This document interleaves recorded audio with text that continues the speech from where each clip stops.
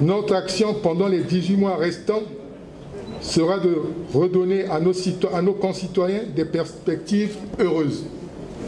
Notre souci majeur et le plus urgent sera de transformer les revendications légitimes des citoyens en projets urbains prioritaires. Notre ambition est de recréer les raccordements de tous les quartiers au moyen des voiries qui bénéficieront désormais d'un programme d'entretien exécuté à des cadences régulières. Tenant compte de notre plan d'action quinquennal 2017-2022, ciblé comme un grand objectif commun, notre démarche se déclinera en 10 axes. Le premier axe sera celui de la gestion administrative.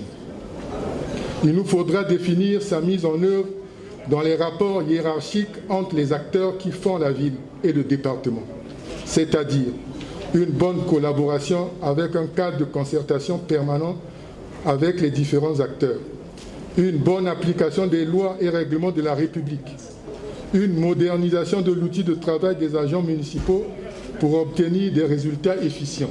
Nous devons traiter avec dextérité le problème social des agents municipaux. Les travailleurs seront invités, au travers de leurs représentants syndicaux, à une concertation tripartite État, mairie, syndicats pour résoudre l'épineux problème des salaires des agents actifs et des pensions de retraite. Nous devons donc par conséquent résoudre le contentieux avec la CNSS. Le dialogue social et syndical sera relancé pour permettre de travailler dans un climat apaisé. La situation sociale des conseillers municipaux sera au cœur de nos préoccupations. Ceux-là même qui orientent l'action communale et départementale devront être traités avec déférence. Chers collègues, soyez-en rassurés, je m'y engage aujourd'hui devant cette auguste assemblée.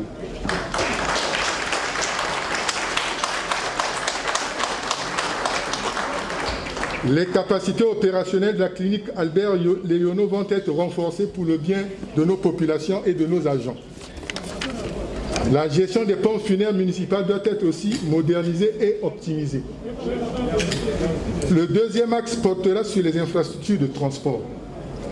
Nous envisageons de doter notre ville d'un plan de transport qui définira notre stratégie en matière d'organisation des équipements et des infrastructures. Cette action facilitera l'harmonisation des grands chantiers en cours de réalisation. D'ores et déjà, la réhabilitation des voiries urbaines, la signalisation horizontale et verticale sur les artères à grande circulation sera un volet important de notre action. Les opérations de pointe-à-temps ou bouchage de nids de poules seront systématisées. La saison sèche qui pointe à l'horizon sera mise à profit. Le reprofilage des rues en terre, longtemps délaissées, sera relancé pour ouvrir plusieurs ruelles à la circulation. Les conseillers municipaux et les administrateurs maires d'arrondissement seront pleinement impliqués dans ces travaux de proximité. À terme, nous envisageons de redynamiser les services techniques municipaux par un rééquipement progressif de garages municipaux. L'idéal serait de doter la mairie de Brazzaville d'une nouvelle centrale d'enrobé, d'une station de concassage et de carrières de pierre et de sable. Tenant compte des capacités de financement limitées de la mairie, l'appui du gouvernement sera sollicité pour ouvrir progressivement d'autres liaisons interquartiers. Nous pouvons citer quelques exemples pour illustration. La liaison Édouard Renard, c'est-à-dire vers les 5 chemins à Bakongo, avec l'hôpital de référence de Makele-Kele par la rue Fouekele, au lieu de passer toujours par la mairie de Makele-Kele. Le quartier Yoro à l'hôpital de référence de Talangaï. Les liaisons entre les rives du Djoué pour faciliter les déplacements des populations riveraines. Les opérations de pavage des voiries seront privilégiées.